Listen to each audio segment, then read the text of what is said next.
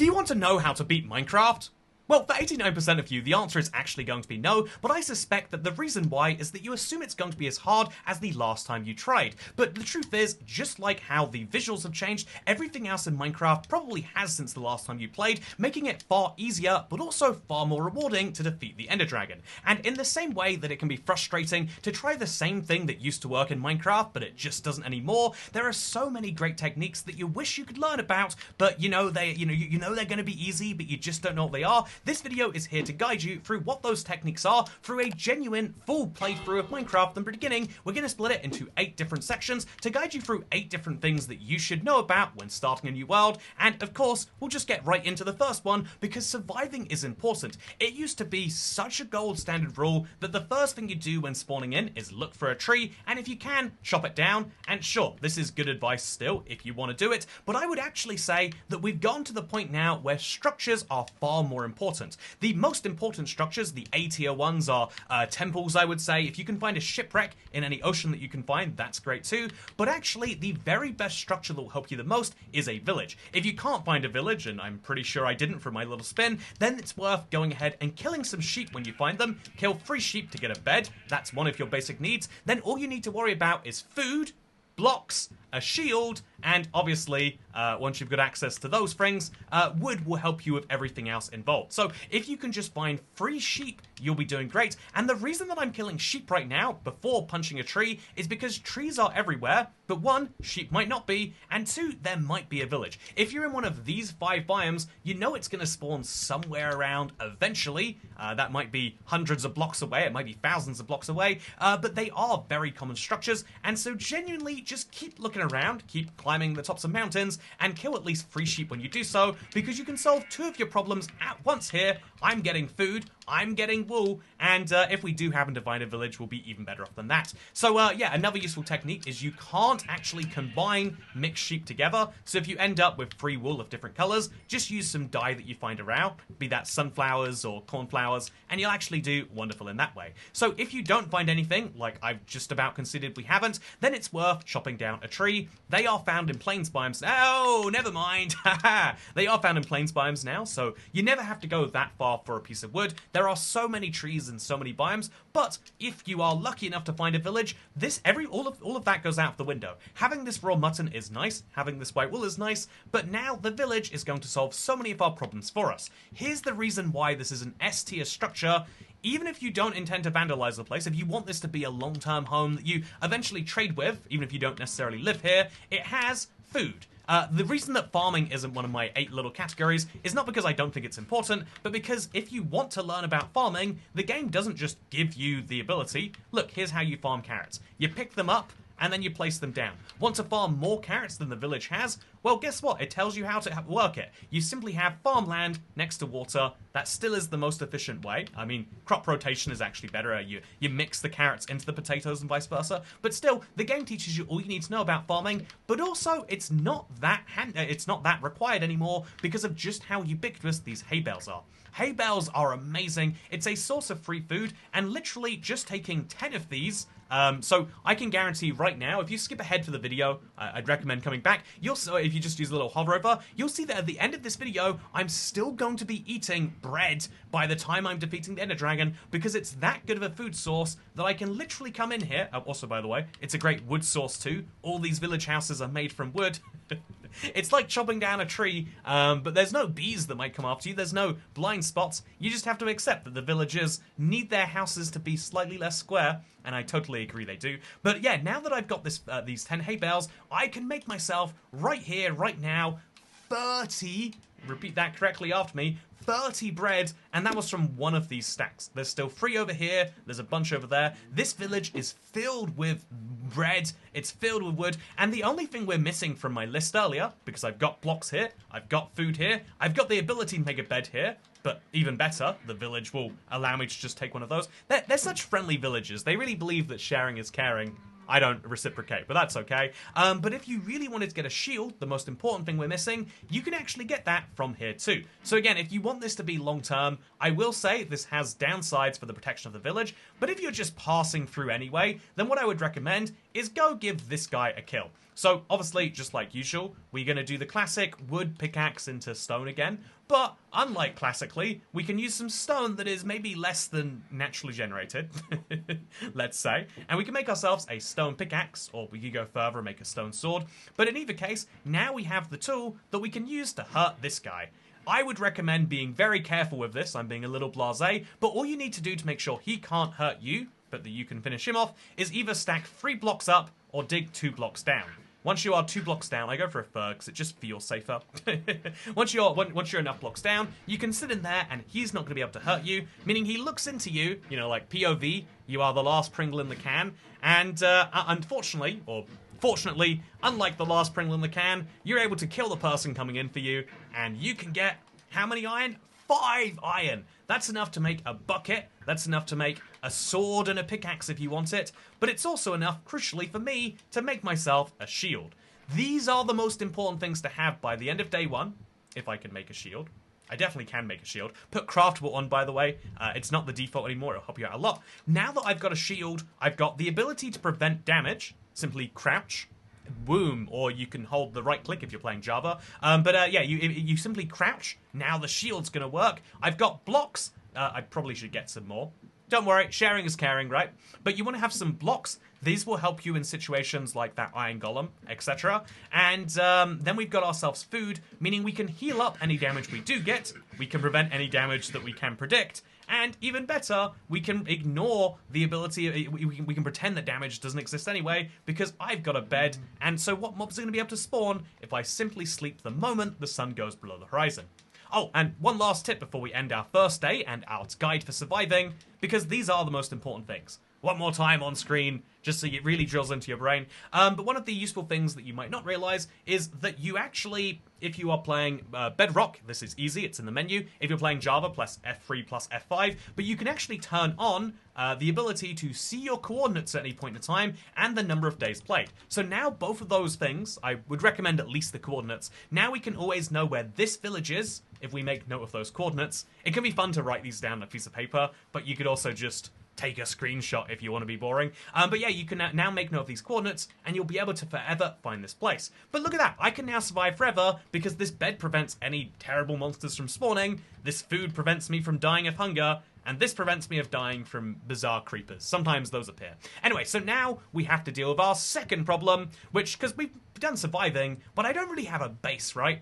This is a important technique that I think a lot of people miss, which is like, oh, but I need a base before I can do anything else. Toycat, I want to learn about fishing and finding diamonds and nether portals, but how am I ever going to learn about those things because I don't have myself a base?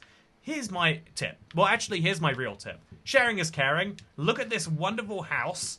All you've got to do to make it yours is, I don't know, put a bed down, remove this ugly countertop they've got here, replace it with granite instead. That's what's in style these days, I hear. But, you know, like, you can go in and you can just take yourself a house if you happen to find a village. If you're not like me and didn't happen to find a village, rip, first of all. But building a house doesn't have to be this gargantuan task.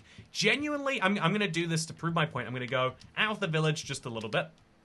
By the way, if you find sugarcane, pick it up. You'll appreciate having that later. Yeah, basically, go outside this village, literally use the blocks you've got, and make the tiniest house possible. I am not joking when I say this is a valid and fine, and maybe even expectable house. I'm going to now place those blocks there, and these blocks here, and one of these, and one of those. Maybe one of those up there. A little bit of dirt up the top. And there we go. This is a perfectly fine house. I would say the one reason it's not is because we won't have space for a door as well.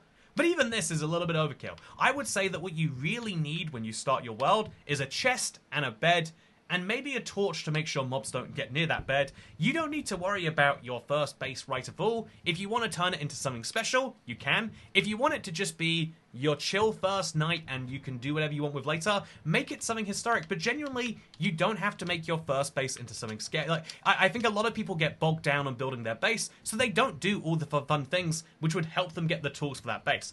I don't think it's an insane opinion to have that if you want to build a big base, first of all, you know, a starter house, as YouTubers will call them, when they spend hours a day working on building. But a starter house is something, if you want to build one of those starter houses, defeat the Ender Dragon first or get a Netherite pickaxe and it will help you out a great deal, let me tell you. And so this is a perfect house, and so in fact, this is my house for the rest of the video. I love it a lot, which means we can move on to the next thing here. How are you going to fish? Fishing has changed, you might be aware. Some people might tell you it's not the same as it is before, but actually, it's one of the parts of the game that is easier in basically every way than it ever has been. What do I mean by that? Well, you still need to get a fishing rod, so that is string plus sticks. Where do you get string? Because I haven't killed any spiders. Well, you know, I've got some bad news for you, and it did come from that subtitle you just saw. This guy right here will, in fact, drop fishing rod ingredients, which is kind of ironic because he would love to fish. He didn't drop them that time, but he dropped 0 to 2. If you simply kill yourself some cats, you'll do great. You'll find some string. If you find any cobwebs in the wild, you can use those too. But genuinely, this isn't the worst bet if you're just looking for a few pieces of string, because they will spawn endlessly in the village, and we happen to be there right now. Otherwise, you simply can get your string, put it together, and go fishing. But it looks like we're going to have to wait until we get some from elsewhere. So next category, let's move on to it. How exactly do you find diamonds? Because, you know, Toycat, you said, like, wait till you get a really good pickaxe. You said Netherite, but I don't know what that is because I haven't played since 2020. So how do I find diamonds now? Because I want to mine at Y13 and it just doesn't work. It's something a lot of people have said to me in real life multiple times. And can I give you the technique that I really want to? So I would say that the classic idea was just you start a mine down like this. And again, you still can do this if you like those OG vibes, but you have to also not value your time in the slightest. So what do we recommend doing now? I would say look around, just like how if you found a village, you saved yourself so much work in all of those steps. Look around for a cave entrance. That is to say, a piece of terrain that goes deep into the ground. Make sure you have some wood before you do this. I wasted all of mine on that beautiful house you just saw. But make sure you get yourself some wood. Wonderful, wonderful stuff. And then take said wood. And we're going to make ourselves, we're just going to have that with us because it's our blocks. Again, blocks will save us. And then we're going to try and use the wood to find ourselves some form of cave entrance. If you find, is that lava? It is lava. Wonderful. You can use lava much later. Make sure you make note of where that is. Take a screenshot or write it down on your handy list. If you find a forest, pick up any leaf litter you get. This is free furnace fuel. Will be handy if we find some iron. But genuinely, you want to look for just any hole that goes down into the ground.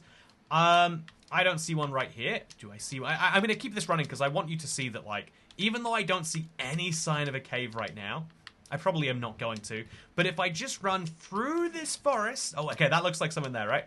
Over there. That looks like there is a cave. No, that's not a cave. This looks like there might be a cave.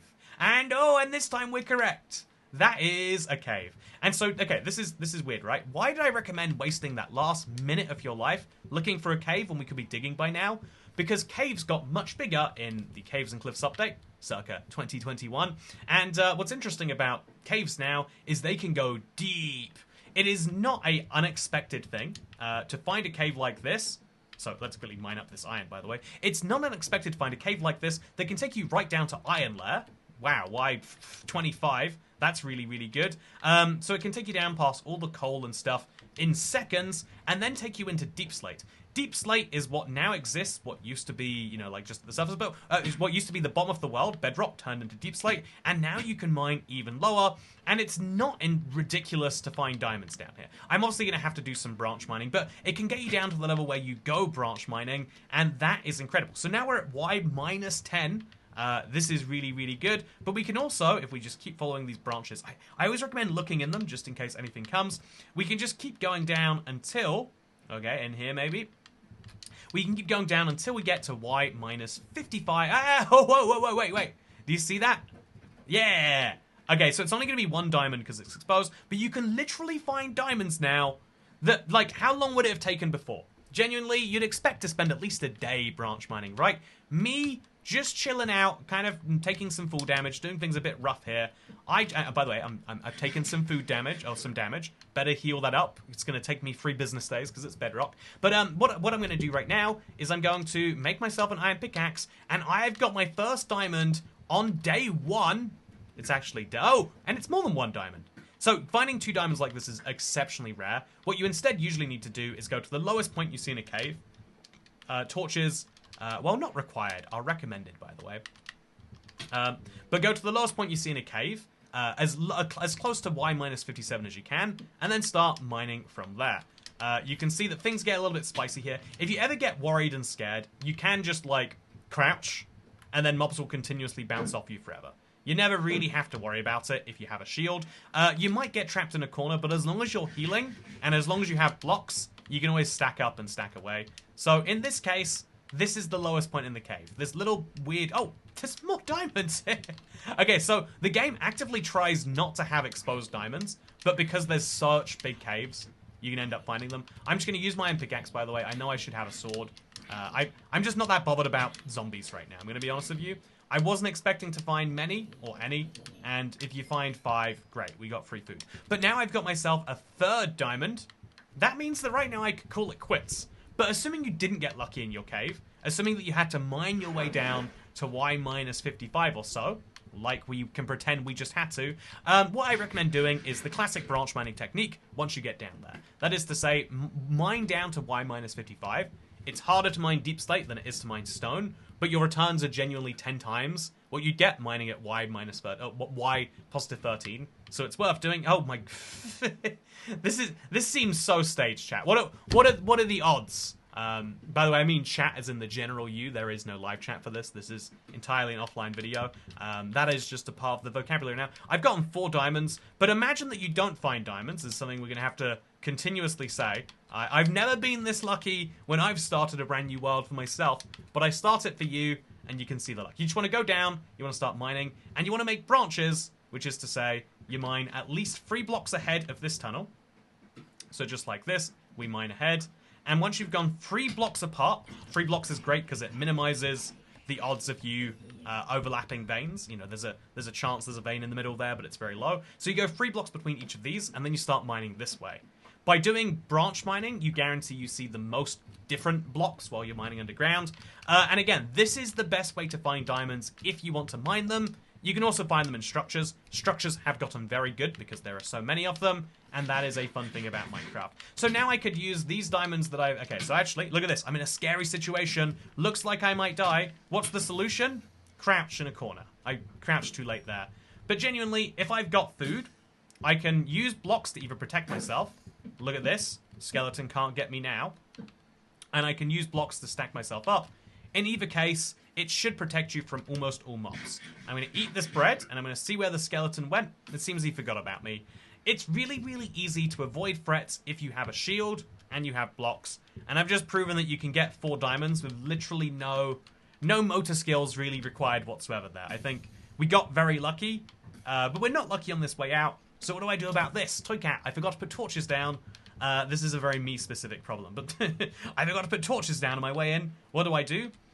My pro tip is to try and outrun the number of mobs. So this is gonna obviously have variable results. You might not like it. You can just mine to the surface by making a tunnel up.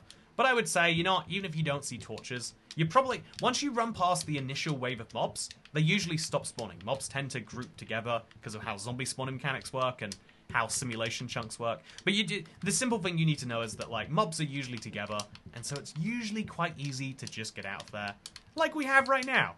Ah, isn't that nice? I guess now we can move on to the Nether, huh? Oh, I guess we need to go back to our house first. Isn't it nice to come back from such a hard day down the mines, but knowing that I've got this beautiful family home just waiting for me? Anyway, my last tip before we actually do go to bed, it's going to actually involve me killing some zombies, because I've attracted a horde of them, it seems. But my last tip would be, if you are looking for lava still, because making a Nether portal is going to require it, as you can see, my lava pile is actually glowing slightly. You can only see this at night. During the day, everything's so bright that you can't actually see there's a lava pit over there as well. And, yeah, you can also see this village. But you can only see lighting at night, and lava naturally emits the biggest glow, which is useful to know. By the way, also useful to know, creepers don't make any damage for a shield, but they will kill everything near them. Which is just wonderful, isn't it? Okay, let's go enjoy a wonderful night with our family.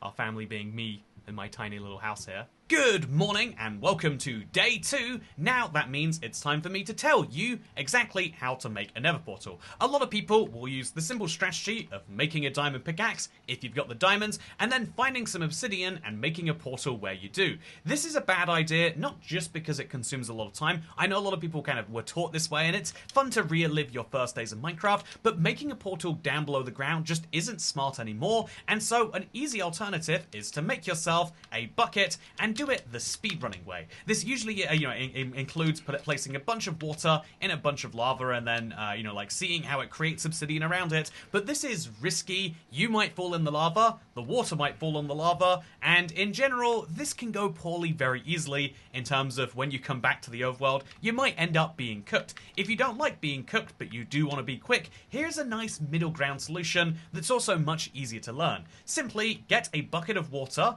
near a source of lava, and then dig yourself a hole in the ground that is 3 blocks deep and 2 blocks wide. 6 simple blocks is all you're going to need to do, and then once we've done this, we're going to place our water in the ground. Then dig out the blocks that you want to have be replaced by obsidian, because get this right, we're going to dig these blocks out and fill them with lava. This is the exact same technique you see the speedrunners using, or you see anyone who's just in a hurry, myself included, using, but there is far less risk of anything bad happening, because I'm here, the lava's there. Even if I got hit by a skeleton, I'm probably still not dead, thankfully, but it also has the benefit of protecting your portal later, and so the only real downside is it takes an extra 10 seconds, and ultimately, how fast are you ever going to make your portal on the first go anyway? Probably not that fast. So once you place the first 8 blocks, you've got your whole nether portal, besides the roof, where you might need to place it 1 block further out, where it will do this, and then we simply place another lava right in front of it, which actually we'll have to place a block there,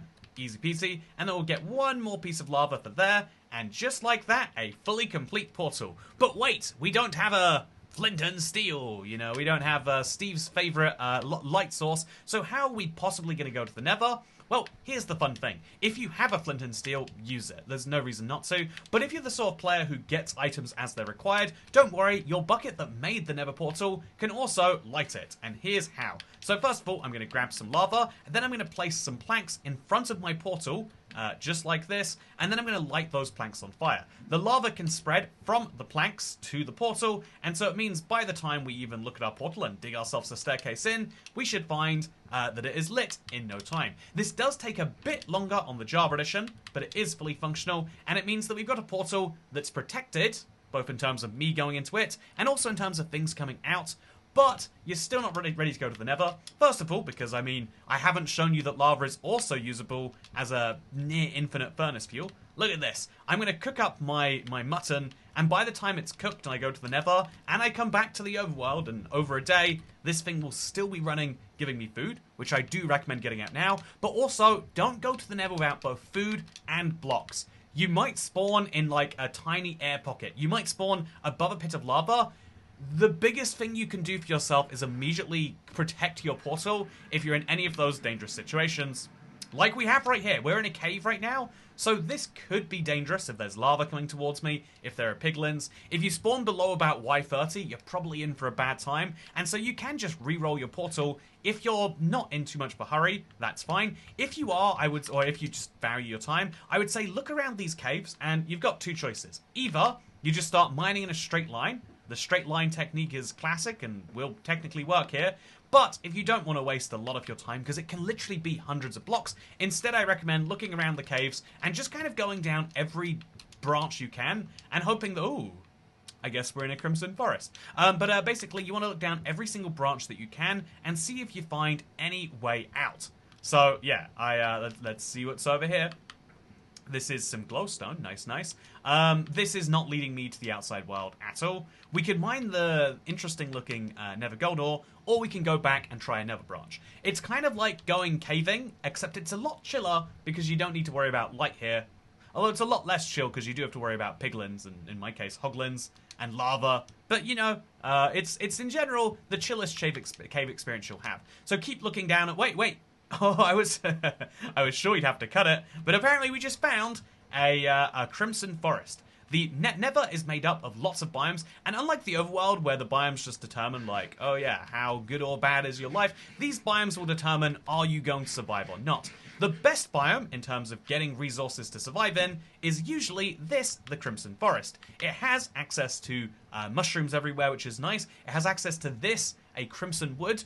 Wood is incredible and it's a relatively new thing for the Nether, so getting some is always nice. But also you'll find piglins. They're not that friendly if you're not wearing gold, and even better than just having a mob to trade with, or trade blows with, but a mob to trade with and a mob to and some food to get, is you can also find this right here, a hoglin. So if you want, you can kill these, and it's an easy source of decent food in the Nether, especially if they die while they're on fire. They don't really like piglins, by the way, but they usually don't fight. Now, when it comes to the second biome, wow, what a perfect time. This is a ghast, and he spawned because we're in the Nether Wastes. This is the Nether biome, which is basically... Oh, we just hit our fireball back at him, getting ourselves that Tears disc.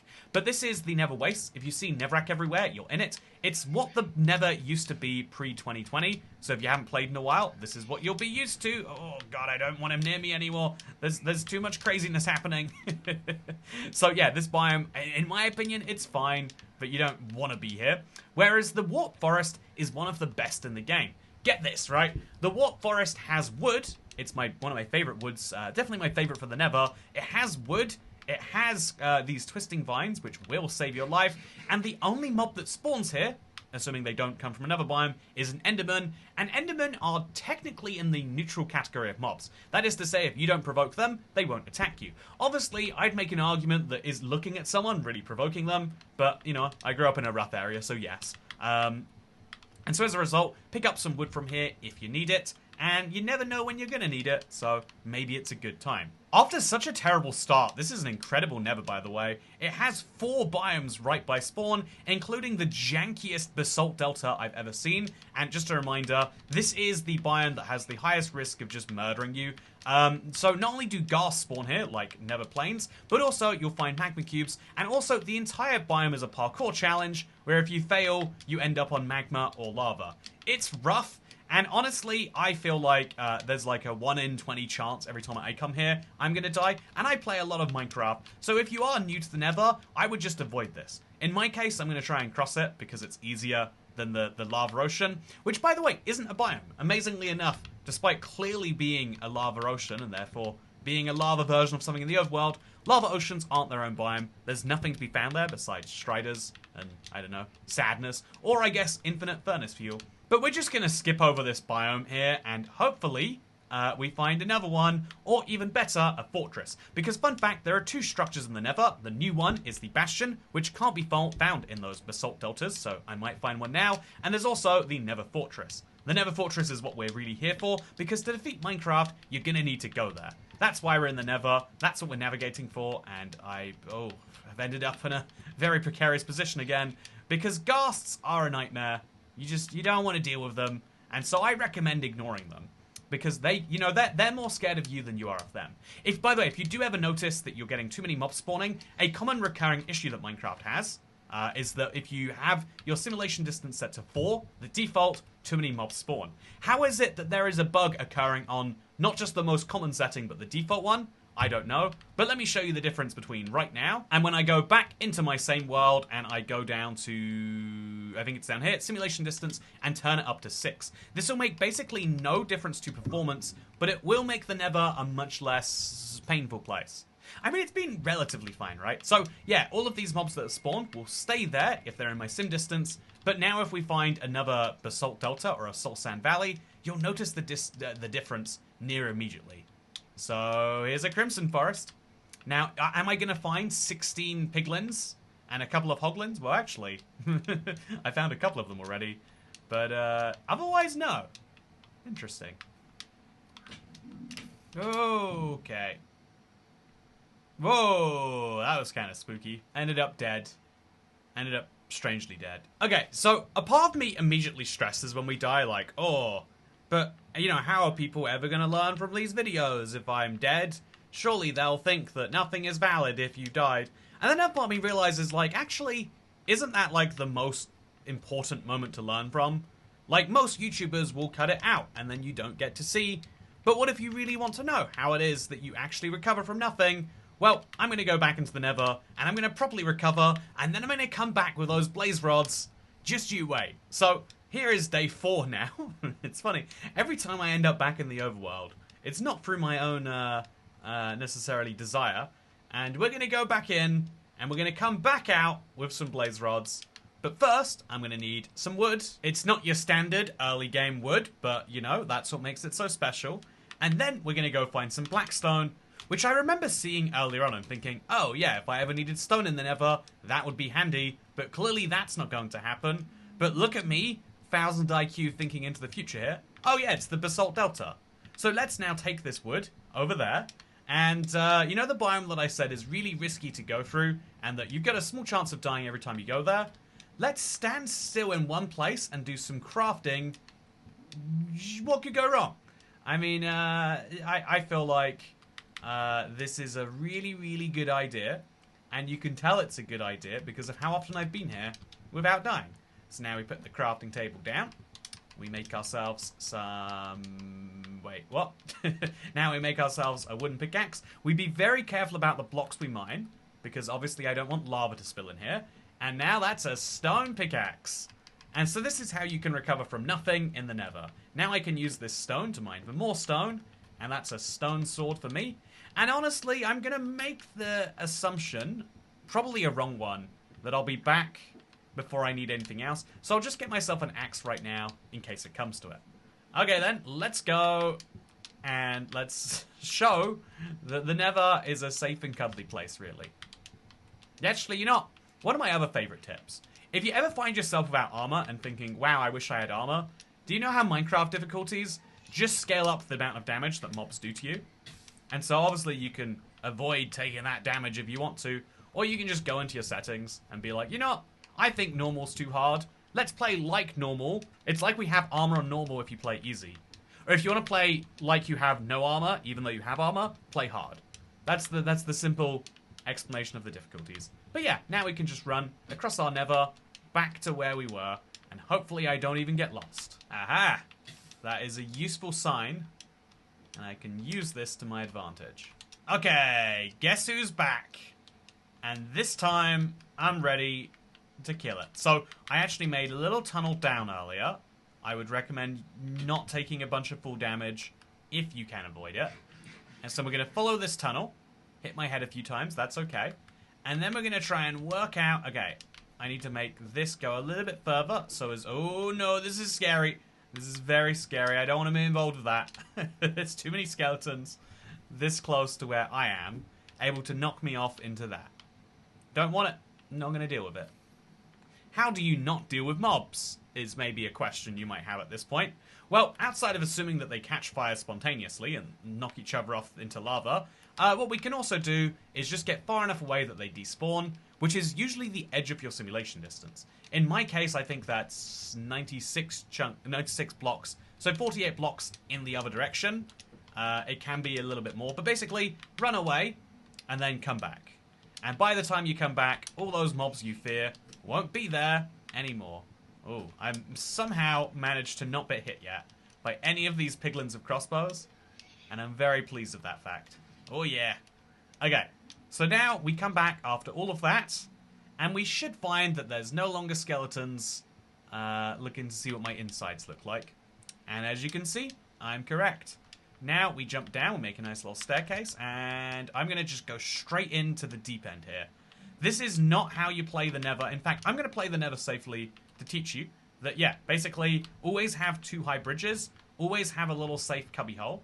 That's really easy to do, just like this. And then punch people through that cubby hole. This won't protect you from blazes, it'll protect you from wither skeletons. Whereas if you want to be safe from wither skeletons, either kill them, or simply have a little hole like, or if you want to be safe from blazes, I should say, just make a little cubby hole like this. Make it easy to avoid a line of sight, and then just attack mobs if they come into it. Okay, so I'm looking for blazes now, and there's a lot of skeletons instead. Oh, blazes! Back the way I came. Okay, so now let's jump back this way. And honestly, the easiest way to kill blazes is to charge at them with a sword, and then hope that they are dead when you get there. Is this... Oh, okay, there's too many mobs, too much craziness. Oh, no, no, no. Okay, back in the hole, back in the hole. Didn't matter. Whoopsie. Well, this is going fun. I mean, at this point, I should probably say maybe running into a nether fortress that is exposed on all sides isn't actually smart. So what do we do to learn from that? Well, we're going to take the last of the hay bales from the village now. Easy peasy. We're going to get back to the point of having stone tools. We could go much further, but my point here is that death doesn't need to be the end and disastrous, because all you really need is the ability to exist and function in this world, and to get back to the point that you were trying to get to. And so in this case, a stone sword and a stone pickaxe and some food should be plenty. Although I am going to go a step further. I think I'm going to destroy myself just enough blocks to make an axe, because having lots of wood is just generally very useful, especially when we're talking about going into a nether fortress and not being reckless. Because this is a widely exposed fortress, which means I'm going to need a lot of blocks if I want to go in there risk-free, which you better believe I do. Okay, we're almost back at the nether fortress, but before I go in there, there's a big thing I'm going to do, which is to mine at least enough gold nuggets for me to make some gold boots. When it comes to nether fortresses, you don't usually expect to see piglins there, but they're the easiest threat to neutralize. All you've got to do is wear a single piece of gold armor and then not attack them. And so if that's all it's going to take, then I guess I'd better get my boots together. So 36 is the exact number, actually, wow, of nuggets that we need to make the cheapest piece of armor. And so let's go and do that now. This is a crafting table, and this is 4 ingots, which allows me to make myself gold boots. Yeah, this is only 4% damage reduction, so if you do care about the damage reduction, it can be worth finding yourself leather, iron, soon to be copper armor as well. But I think genuinely just these boots and the right strategy is all you'll need to succeed. So yeah, I have been playing things very risky because I mentioned a few times before, I think it can be fun to play Minecraft this way. But if you fear risk, if you fear the situation I just went through, and I'll be honest, it wasn't fun, it did kind of suck, here's what you want to do instead. When you get somewhere that there are hostile mobs, you want to make sure that there are only a few angles that they can realistically attack you from. This is easily doable by, using the kind of box technique. Now the only way a mob can get me is from ahead. And if I don't like the idea of there being that much space there, you just place a block there and then some blocks over here, and then maybe put a little block over there. And just like that, we've made ourselves a situation where actually mobs can only get to me from above or from this right-hand side part here. But we can go a step further, place blocks like this, and now basically it's impossible for me to be found while I'm in here, and that's like step 1, right? Step 2 is actually making sure that this can shield me for long enough to get blaze rods. Obviously, there is a bit of an issue with actually getting up here, which I probably should have thought more about. And so what I'm going to do is I'm going to build everything in a little staircase around that. Okay, just like this, I now have, if admittedly a slightly janky one, a staircase that can get me away from any mobs when I need to. It's a little bit exposed on the sides here. I might be hit off those sides and into a big pain, so I would definitely have a shield if I was going fully safe, but having this little safety corner and only coming out when necessary is great. If you want another good technique that I like, you can actually dig down into the fortress itself, and if you go below the fortress, that's also a good way to protect yourself from most mobs. These are very tall structures, and so you can just go below all of the mobs, which I've always thought is fun, and is a great protection method because how many mobs are going to be able to get in here? Not very many. Okay, so now let's go kill some blazes. I'm going to actually try and stay inside for this one. I see a blaze right there, and inside is where you get good things like nether warts. So let's head here. Let's definitely place some blocks across there. Stop any wither skeletons. Do the same over here. And now, oh, there's a blaze. Okay, so now we want to get as many critical hits as we can. Kill the blaze, and that is 1 of 6 blaze rods obtained. You need 6 blaze rods minimum before you leave this place. It's more like 8 if you want potions. And so we need to look around continuously until we find those. Do you see a blaze? If not, come back here quickly. Make sure that you can't get caught between yourself and a corner, and you should be really, really chill. It can be really tempting to like overextend yourself, to like run out deep out there, but that's how you die. It's fun, but right now fun involves actually showing you how to beat the nether and playing things safe enough that if I feel confident doing this with 1 piece of armor, you can feel confident doing it with less. So are there any blazes here? No, there are not. I'm just going to go back in. In fact, I'm actually going to go a step further and maybe build some blocks around here. I don't know that I want that to exist. Then I'm going to remove some of these blocks, because I think it's fun and I could do with some blocks. And then I'm going to make myself a little exit over here, just in case there's anything I can see. And there's not. Okay, so no blazes in any of the directions. What do you do now? The safe thing is genuinely hunker down. If you hang out long enough, blazes will spawn. It's a Nether fortress. Oh, look at that. They just spawned over there. And getting them over to you can be a bit of a pain, especially if they're that distance away. But in general, if they spot you and they're closer than this, they will work their way over to you. So that's option 1. Option 2 is to say, okay, I'm going to still play... Oh, there's another one up there. I'm going to still play things safe. Oh, okay, no, he's come over.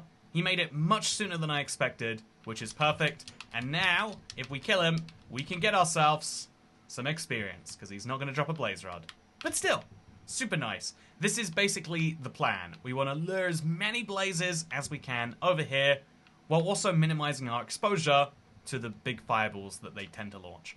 Or, what you can do instead is you can go out and look for their spawners. That's one over there with the fences around it, and that's one even closer. This is very risky when it's exposed like this. A ghast could spawn, wither skeletons can spawn, etc, etc. However, if you make a series of checkpoints, you can make it much safer. That is, if we remove this block here, and this block here, remove any, like, staircasing up, and then we simply... Okay, so that is a blaze attacking me. We want to make ourselves just an area like this, where nothing can get through. That way we can run through, but wither skeletons can't. Wither skeletons are the easiest source of death, because, you know, at least fire will eventually go out. But fire and withering, your armor can't protect from it. So now we destroy more of the fortress. Maybe not actually the railings there, but we're going to destroy more of the fortress and try to get safely over to that blaze spawner, which, again, there's going to be some problems, I can imagine, coming this way. This is one of my favorite tips for Minecraft, by the way. Did you know mobs can't jump even simple gaps like this? And so if you have a 1-block gap between you and them, a bunch of mobs will just get trapped there, meaning you can actually use this to reroute the Nether fortress to make it far safer. I'm also making the walls effectively 1 block higher here, which is going to be very, very handy for getting us just that last little bit of distance we need. So now we're going to make sure those walls are nicely safely placed, and then we're going to have to fight the blazes. When we're at a spawner at this point, it is scary, it is dangerous. We get out there, we build a wall, and we wait. Again, healing is the name of the game in Bedrock.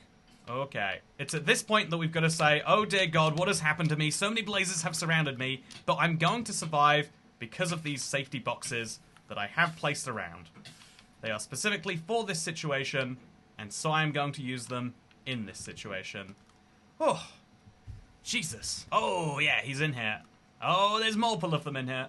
Oh, yeah, that's a swarm of blazes. So we're first of all going to close off the door so they can't get any closer. We're going to eat because we're on 4 hearts, which means 2 blazes, and it's over. And then we're going to make a little opening for them to get here. Oh, I don't know what's happening. Oh, I don't want them to attack from that far. Don't do it. Don't do it. Okay. Boom. Look at this.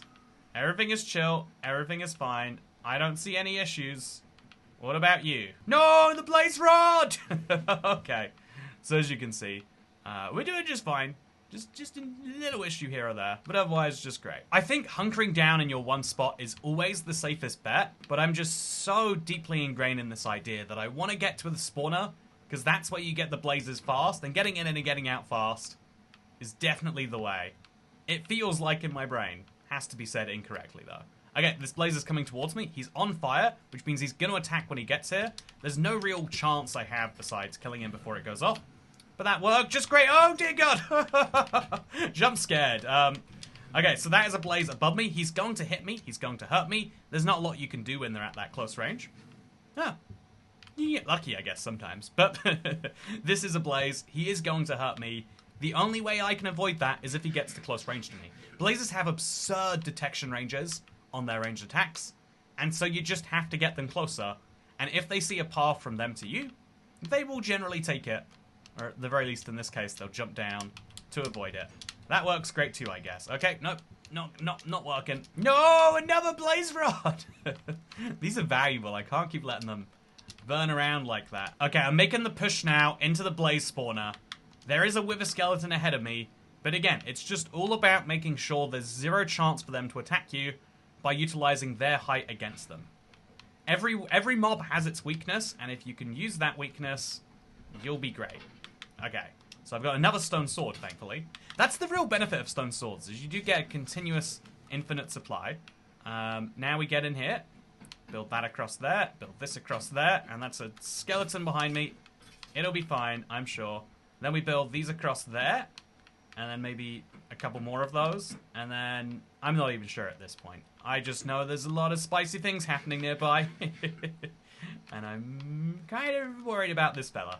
Okay, so that's a blaze coming from both directions now. Oh yeah, this is the worst. You don't want this. You don't want to be attacked from multiple directions, and then you don't want to attack a piglin if he's there. That is a poor idea, let me tell you about it. Okay. Okay. I'm burning. I'm hurt. Armor could help this, but I want to prove you don't need it. And I'm proving that so far. This guy does have to die, which is a pain. Because you really don't want to hurt them, but once you have done it by accident, you just got to double down. You just got to double down and say, I did mean to hurt you. And you deserve it, actually. Okay, we're going in for this blaze now. He's also coming with me, it looks like. He's blinded me. Honestly, in Vibrant Visuals, having a blaze spawn is a terrifying moment. But now we're going to surround the spawner here and try and make it as low as possible. Again, by making the 3 blazes, that is the worst possible outcome. 4 blazes, apparently. We are going to get burnt. That is okay if we can just get out of there. Now we wait round the corner for them to walk through, one by one. Because blazes can't attack 4 at once if you implement a 1 at a time system. It's like COVID, right?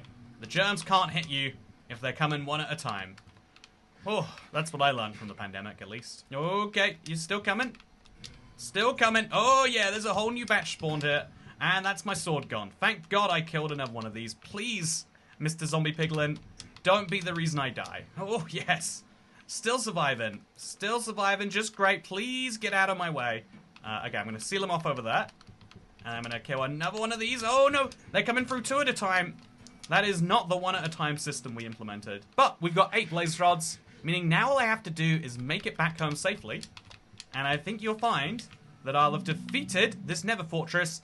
And that's all you need to know about the Nether. Once you've got blaze rods, you can get out happily. Everything after this point, whether it's potions or happy ghasts, it's kind of all just secondary to that. If you do want to guarantee you get out safely and there's a bunch of mobs, and you don't feel like peaceful switching, which isn't my preferred way to play Minecraft, you've got a few options on your hands. One is to utilize the mob despawning technique of get as far away this way, and then maybe go back afterwards. Hope that some stuff is despawned. Has that not worked for you? Then you can utilize the fact... Okay, actually, let's pick up a bunch of... Yeah, we're going to have to switch out to a wooden pickaxe. We're going to have to utilize the 4 basalt that we mined earlier. And we're going to use all these blocks to make a big old path out of here. Because here's the deal. If you ever feel like you don't have enough blocks, you can make more blocks using this wonderful block right here. That's right, 12 nether brick slabs and some polished basalt. That will go great to get me out of here in one piece. So now I just have to run this way before any mob sees me. And just like that, oh no, just like that, we're out of there in one piece. No longer can the fortress have tyranny over me. And just a reminder, I have gold boots, I have a stone sword, this one came from a wither skeleton, and I had a stone pickaxe, but I currently have a wooden one. If you play things safe, if you don't rush in like a madman, you don't need all the things I said earlier. They are just nice ways to cover up for mistakes. And let's be honest, if you're me, you'll make mistakes. You might not always call them mistakes, but they'll always be mistakes. So let's now head back to where we were previously, using that hay bale technique to stay on top of my health. And yeah, I'm going a slightly different way home, but hopefully I end up at the same point, if I remembered the coordinates to my cave, which I think it was like 59, 124. It was something like barely positive or negative on both sides. So it should be easy enough for me to get there. I hope. Oh, okay. That's a bug. Yeah, you don't go through lava. That's my first. That's another technique for saving your life. I just can't resist it. It's like if I put the wall down there, sure it will burn. Don't get me wrong, it definitely will. But in the meantime, I'm past the lava. What's not to love? Okay, I've officially done it. I made it back to my nether portal in one piece. And so at this point, I could never go to the nether again. And if I don't want to get any of the resources from here, which, let's be honest, a lot of them aren't worth getting, that would be great. But there is a crucial skill that you'll need to start here, and it is brewing. Except to do brewing, you need to have nether wart, and you saw my nether fortress. For some reason, it was missing the entire inside room. Without that, you can't find any nether warts. And although they technically spawn in some bastions, my bastion wasn't one of them, and so as a result, we actually are going to switch to bartering, because although I could go on trend and say, yeah, the thing you want now is actually the Happy Ghast, because it's a brand new feature and it's kind of cool, I think a much more long-term valuable skill is bartering, and it has the nice side benefit of potentially helping you to defeat the dragon, but also helping you to get said Happy Ghast anyway. So first step in bartering is getting gold. You need lots of gold. You know, it's like you're someone who needs a lot of cash to feed your habit, and you just need to, turn something in the world into something that can turn into your good stuff. You're going to need gold, because gold is very easily turnable into piglin trades. Every 9 ingots you mine can create a gold ingot, and even using a wooden pickaxe, you can mine gold pretty quickly this way, because it's found all over the nether. I don't want to use a wooden pickaxe though, and so I'm going to quickly hop out into the overworld, where, just for fun, my furnace is still running, and in fact, even better than just running. If I'm not mistaken, it's going to be, hey, we got food in there, and yeah, we're going to go ahead and throw some iron into it, because I just want to mine gold quickly. I hope my life never gets so dire that I have to use a stone pickaxe. Oh, I had a stone pickaxe. I hope my life never gets so dire I have to use a wooden pickaxe again. You know, it's a sign that you really not made it. Man, I've got to say, usually I don't build a house, but this one has really paid off me. Having such a beautiful home, and having this delightful view to fall asleep to every night, totally worth it. But yeah, let's go back into that cave. Not this, but over there somewhere.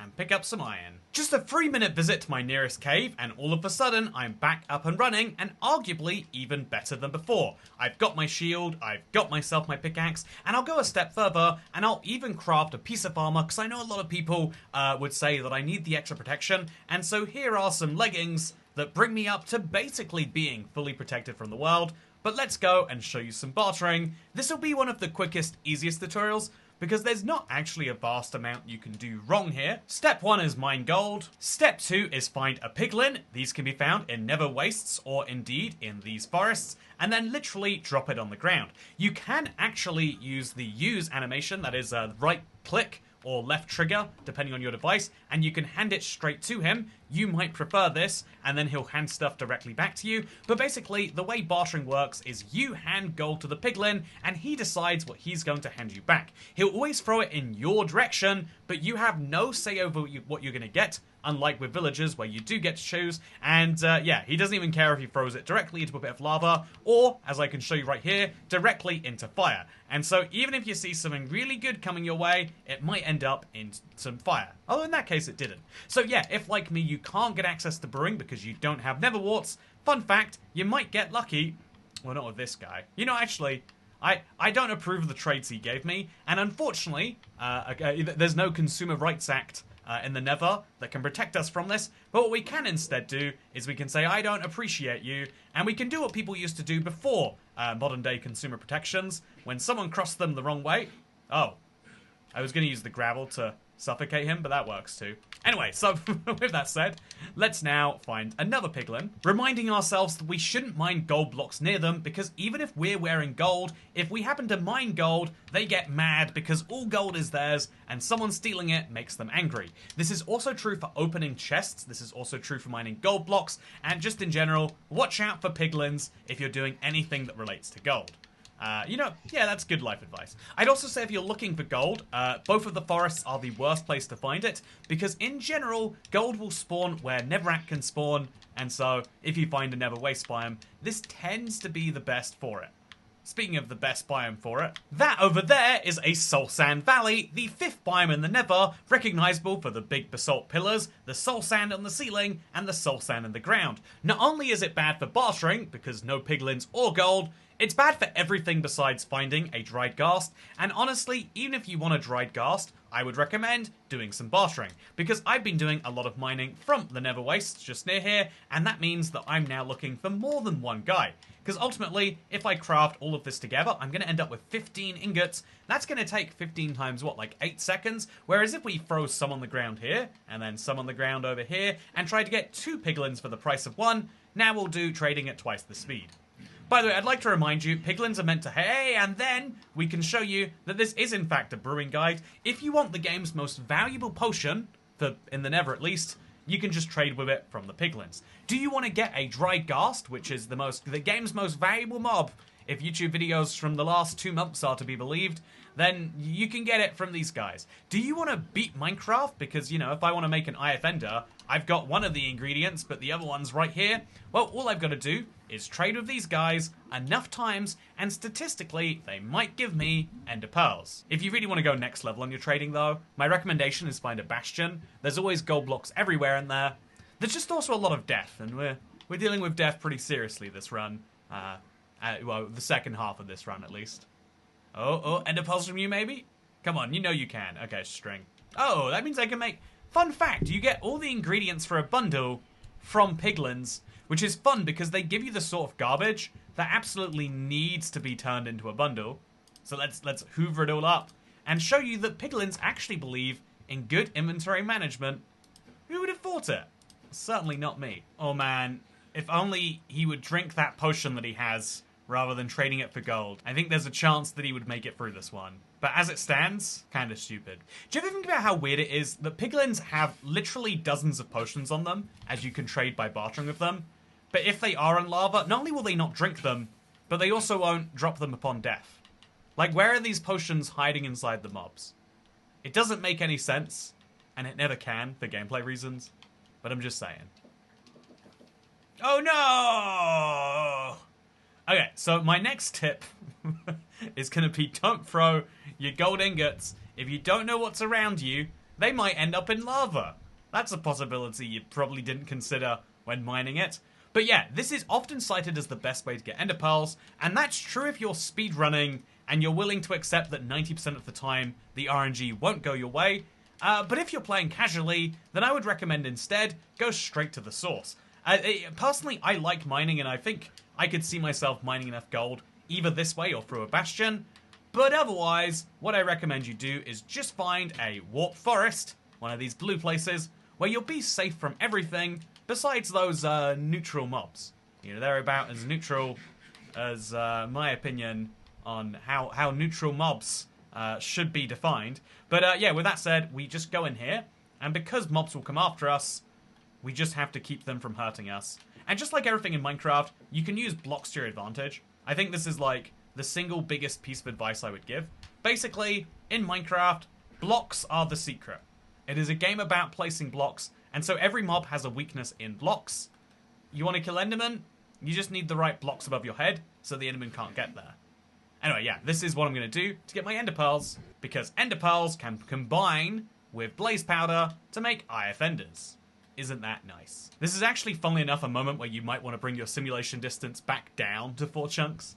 That's what I'm going to do. Oh, no, that would be such a perfect one if my last Ender Pearl came from Enderman that way. Anyway, though, that is my last pearl that I need. I've got to say, turning down the sim distance to 4 meant that Enderman just spawned everywhere, and so that is my biggest tip. If you want lots of mobs, low simulation distance. If you don't want lots of mobs, turn it up to 6 or higher. As silly as that is, it's how Minecraft is. And I think that's the fun thing about the game. There are so many bugs that you assume will be fixed at some point, but after enough years of them existing, they become a part of how you play the game.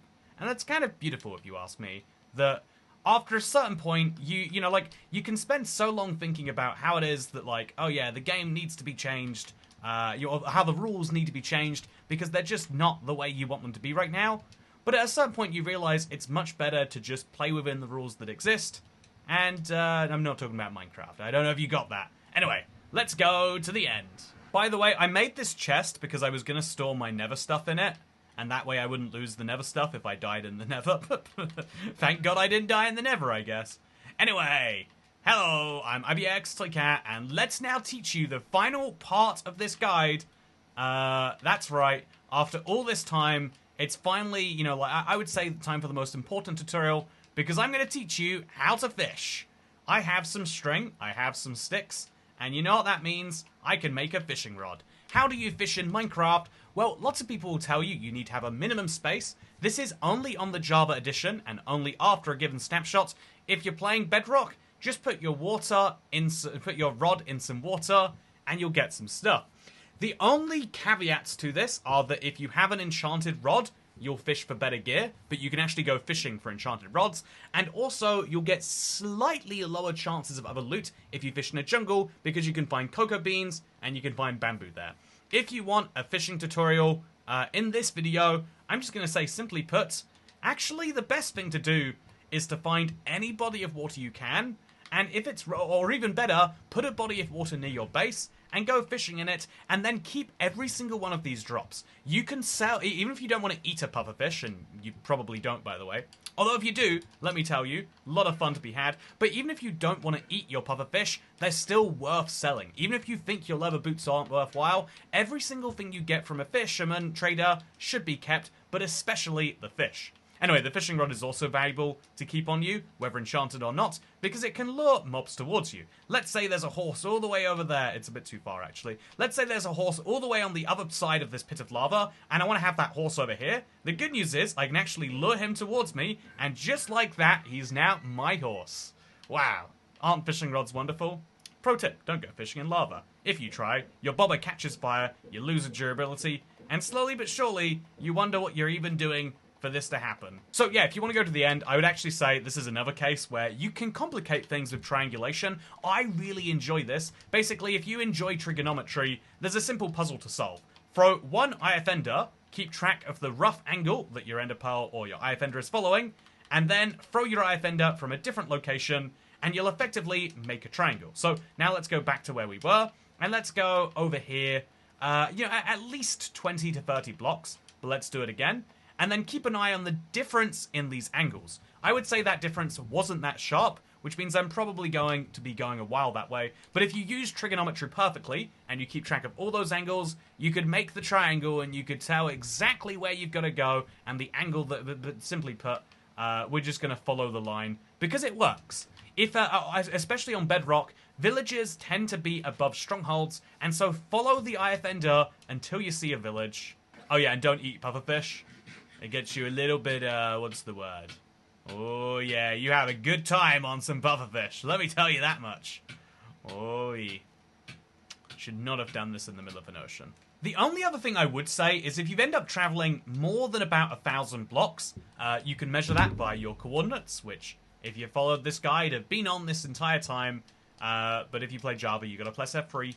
Or, use vibes if you feel like you've traveled 1,000 blocks and you don't see a stronghold yet, or a village, I should say.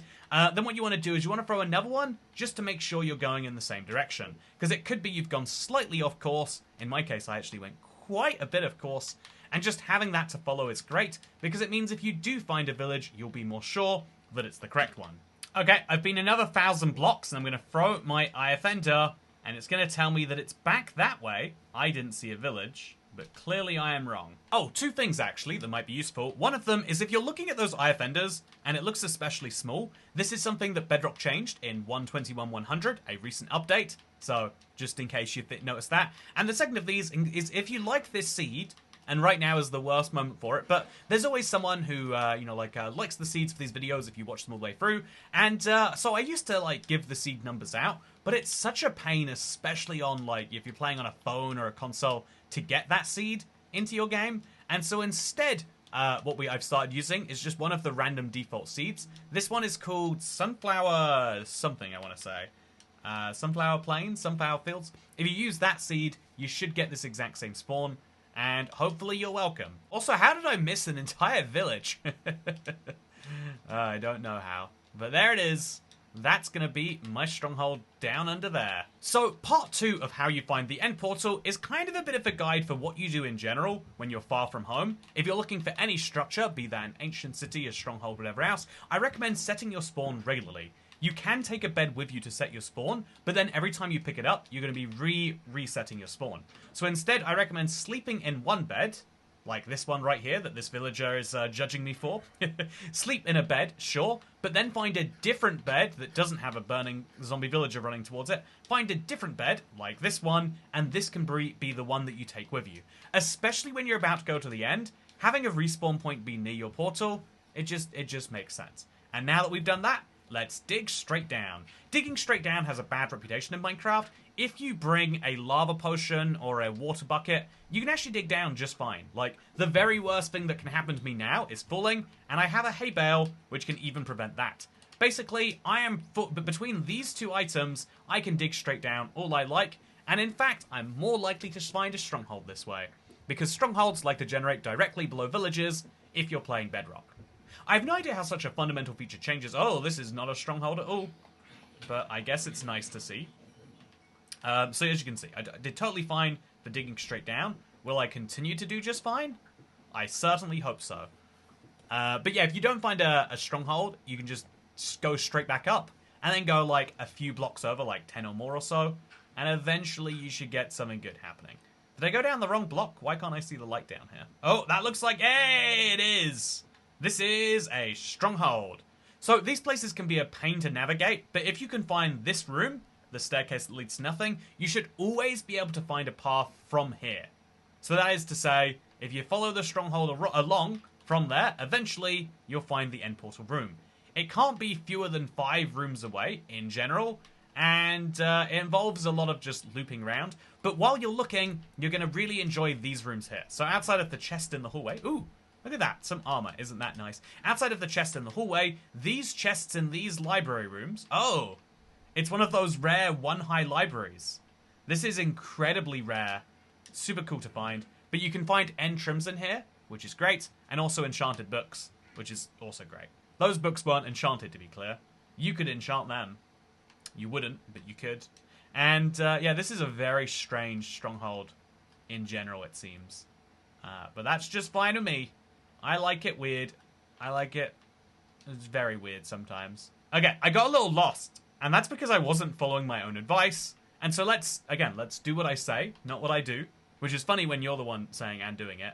But basically, go to this first room. Keep heading into the branches until you've gotten so far away that you know it can't be any of them. And then come back. It is possible under weird circumstances for it to be further away, but it's always worth checking every single possible exit from this first room. That includes digging away the walls, just in case something is out there. The number of end portals that are hidden behind walls is depressing, but then eventually you might find another one of these same rooms. But keep going, and you might find down one of these staircases. Oh, and actually, oh, for heck yes. That is an end portal with no portal frames lit. So yeah, here is the most valuable part of this video if you want to defeat the dragon and you don't like the idea of redoing things. First of all, destroy this silverfish spawner. It will cause you pain. Only kill silverfish with an iron sword if you can critical hit them. So that is to say, jump and then hit them on the way down. You don't want to damage a silverfish without killing it. And then when you've got your eye offenders, be very careful about placing them. If you throw one of these, it will go missing forever because it'll fly up into the air there. You would expect that an eye offender would lead you to the end portal room, but it doesn't. It leads you up into the origin of the stronghold. So instead, look at an end portal frame, place once. Look at the next one, place once. It's silly to be this over the top, you might assume, but if you've never thrown an eye offender astray, then that's why you would assume that. Anyway, then you can light your portal up. I would also recommend placing down your bed. This will be your respawn point, and maybe your sleep point. You could make yourself a chest, or you could drop something on the ground here, just for future you to use. I don't want these clogging up my inventory, but future me might love using them, so I'll put them all in a little pile over there. And now, it's time for me to go to the end. Well, my food's actually just arrived. But after that, I'll be in the end. Actually, it's getting further away. It was 2 minutes away 5 minutes ago, and now he's driving away from my house. I'll go and resolve this, and then we'll defeat the Ender Dragon. Okay, the man didn't steal my food. It was a delightful spinach wrap, chicken avocado, in case you're curious. I needed something healthy. My stomach has not been happy with me recently. But you know who is happy with me? The Ender Dragon. Wait, actually, she's probably the opposite of happy with me right now. Let's go and kill the dragon. This is something that spooks people out bad. Let me tell you, the number of times I've heard from someone who's been like, yeah, I want to defeat Minecraft, but I know that the dragon's gonna mess me up. I'd have to get diamond gear, and even then, what if I lose all my diamond gear? Like, it's a self-fulfilling loop. Go into the end with stuff you don't care too much about. Iron tools will be great. Enchant them if you need to, or make a backup set of diamond tools. Whatever you need to do to make sure that losing isn't the worst thing that can happen, and then go and attack the dragon. You notice how, I came in here, and I didn't bring a bunch of, like, snowballs or arrows or anything like that. This is old hat Minecraft. Nowadays, Minecraft is about hurting the dragon with a sword, and when she flies off, you sit here in the middle, and you wait for her to come back in. The dragon has had a bug for several years now. I mean, at this point, again, is it a bug or is it a feature where she doesn't need you to destroy the towers? It's just less health regen if she does. And so now, we're gonna kill her. Real good. It's gonna be real loud. There's not a lot we can do about that. Oh, I realized my graphics accidentally got turned down during this. This is what the end is meant to look like. Much more dramatic, and oh god, doing this has caused me to be attacked by an Enderman. Make sure you always attack the dragon at least a little bit before dealing with your Enderman woes. Is she still angry with me? He is? Okay. Okay, we got it good. Okay. Back to the dragon. It is really essential that you don't get bogged down by some of this craziness. Just hurt the dragon, wait for her to fly around, and then hurt her again. In fact, even better, here's a useful tip. Look at the dragon wherever she goes. This means you won't be looking at Enderman, and it also means if she comes in to attack you, you can crouch in time. If she spits a fireball at you, you can dodge it. And when she does come into the center, you're ready to do your craziness. And just like that, we've got the dragon down to below the E on her health bar. You know, if this was a phone signal, she would be disastrously unequipped to watch YouTube videos, let me tell you. And that is basically the same with her health. And so just like that, literally not even doing anything, you can get her dead. There are fun ways to, you know, take down the towers if you like the risk. But personally, did you know what I like? I like knowing that I've eaten a wrap and I'm the healthiest one in this entire dimension because of it. Me and the dragon just went head to head on day 10, and I'm the one coming out ahead. Absolutely love this. I didn't need any potions, despite the fact that we could have brewed. I didn't need any enchantments. I didn't need any arrows, or really any armor. I think it was handy to have, I guess. It's that simple to defeat the dragon, and honestly, usually it does actually go messy. I was fully prepared to be flung out of the end and die. It's very funny that this went so fine in the end, that never didn't. But just like that, game over. Minecraft is done. Okay, I just realized that you actually haven't solved the how to start that long-term survivor world yet, because now that you've defeated the game, it's actually much, much easier. And so just in case you are the sort of person who's like, I'll do this first, and then I'll start enjoying the game, simply throw an ender pearl at this. I find it to be risky, and so instead I like to put water in there. Swim into this if you'd like to, and it will take you to the outer end islands. It's the fastest and usually most effective way, and if you're lucky, you'll find one of these there. If you have an end ship, if you find one of these structures, you can just stack right up there, and you should be able to. It's probably a bit too high for me, but I could probably ender pearl up to something close to it.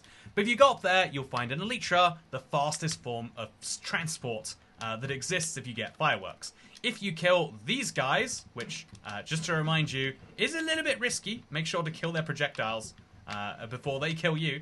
But if you kill these guys, you'll get the best form of storage in the game. Those big projects get so much easier when you've got shulker shells with you. And so the final thing that you'll need, okay, I'm definitely going to be throwing an end pearl up now. The final thing that will help you, oh no, he's come up here too. The final thing that will help you, is not being beaten up by an enderman. I guess I could kill him to get an ender pearl. That would probably be handy, right? Yeah, that's an ender pearl. Okay, so now I'm going to throw this ender pearl, like, upwards and there. This is very, very risky. Okay, no, okay, I'm inside somehow. Okay, run. This will kill me. This will kill me, will kill me. Okay, I'm going to crouch. Bounce these off my shield. Hopefully. Oh, no, there's shulkers behind me, too. Okay, so I'm going to have to crouch it. Let that hit me. Oh, it still levitates me. It's fine, though. Levitation is good if it doesn't come with the corresponding damage. I think you'll find... Oh, and there's a guy up here. Please don't hurt me, Mr. Shulker. I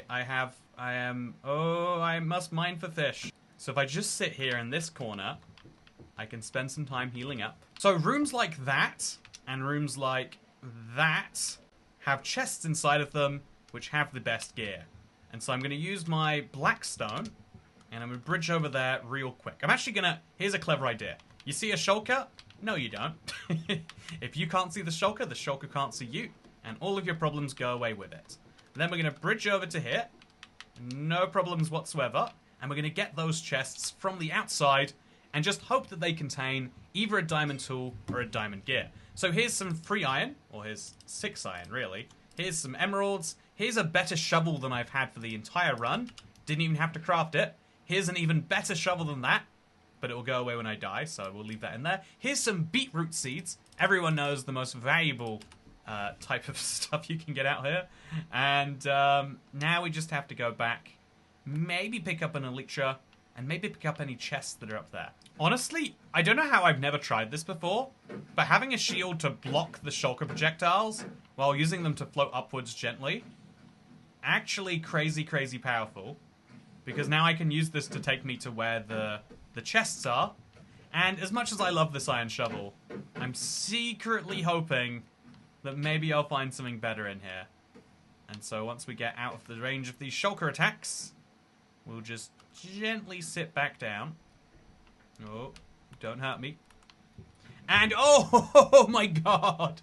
This feels like the most set up chest ever. But again, I gave my seed. You can check this seed if you want to. I gave my seed, and now we've got projectile protection 4. I've got, oh my god, 17 diamonds! That's 4 times more than I found by mining when I got lucky through mining. That is enough to make the rest of my set of armor, or to make a full set of tools. And so, yeah, if you ever need to get the best tools in Minecraft, genuinely the End City is OP. And we haven't even made a shulker box or used the elytra yet, but it's all possible here, let me tell you. Anyway, with that said, I hope you all enjoyed today's video. Hope you found it to be useful. Yeah, I hope that this encourages you to finally go out there and do it. It's something I like to do regularly, is just take Minecraft a little slow. I know my definition of a little slow is different to some people's. I like taking Minecraft a little slow sometimes, having some fun with it, and showing just how quickly we can go from spawning in to having 19 diamonds and a full set of incredible tools and armor that we just otherwise had no chance of getting. This is quite the stunner, and it's just a showcase of a single End City in a single world on a single seed. There's so much more waiting for you, if you please. An ender pearl would be perfect to get me over there. But yeah, thank you for watching. I hope you all enjoyed, and I'll see you next time. Goodbye. Oh, yes. Oh, I was sure I'd have to cut that.